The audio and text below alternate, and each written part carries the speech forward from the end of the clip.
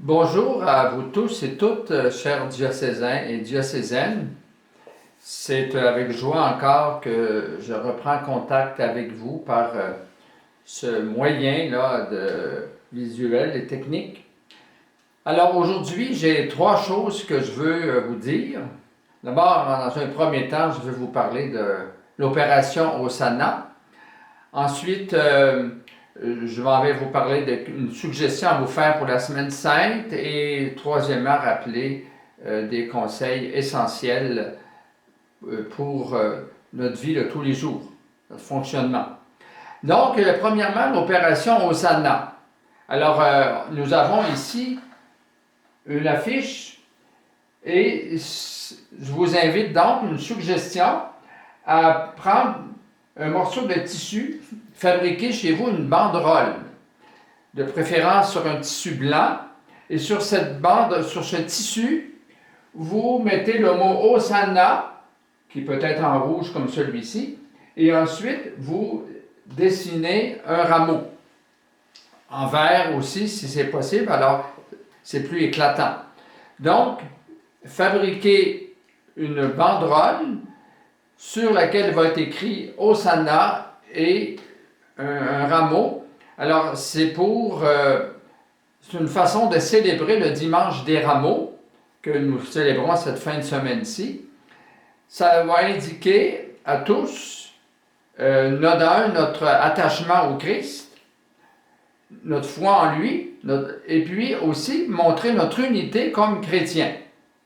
Alors, c'est une idée qui a été mise sur les réseaux sociaux, ça vient de l'Europe, et puis ça va être répandu dans beaucoup d'endroits. Ça peut être une très belle activité à faire en famille. Des fois, les parents cherchent comment amuser, comment occuper leurs enfants.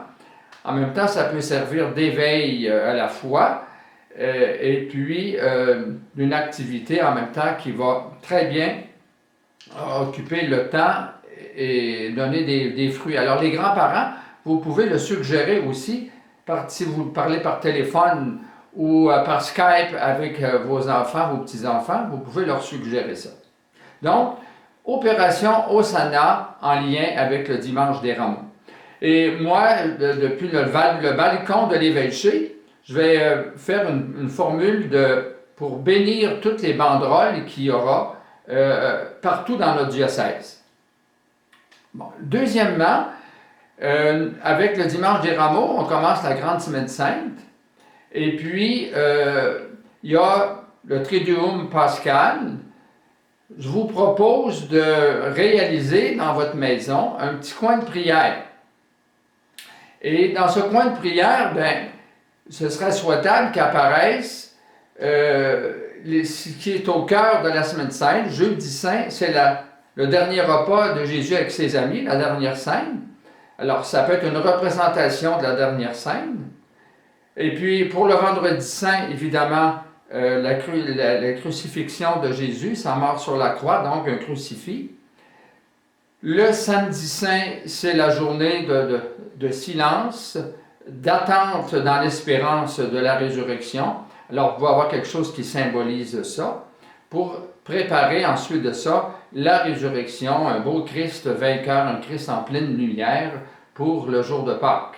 Alors, soit que ce soit graduel, et que vous montiez ça graduellement au cours de chacun des jours en expliquant le sens, ou encore vous le mettez les trois, mais en pointant ce qui est propre à chacune des journées. Évidemment, il peut y avoir aussi la parole de Dieu au cœur, une Bible au cœur de ce montage-là, évidemment. Puis vous pouvez d'ailleurs lire dans les textes de la parole de Dieu, vous pouvez lire ce qui correspond à chacune de ces journées-là. Donc, suggestion de préparer un coin de prière dans votre maison. Ainsi, votre maison, c'est votre maison qui devient l'église à la maison, ce qu'on appelle l'église domestique. Et finalement, le respect total des consignes que nous donne la santé publique, que nous donnent nos dirigeants. Restez à la maison. Alors moi-même, Ça me coûte. Des fois, j'aurais envie d'aller, je sais pas, marcher des choses à la pharmacie ou, bon.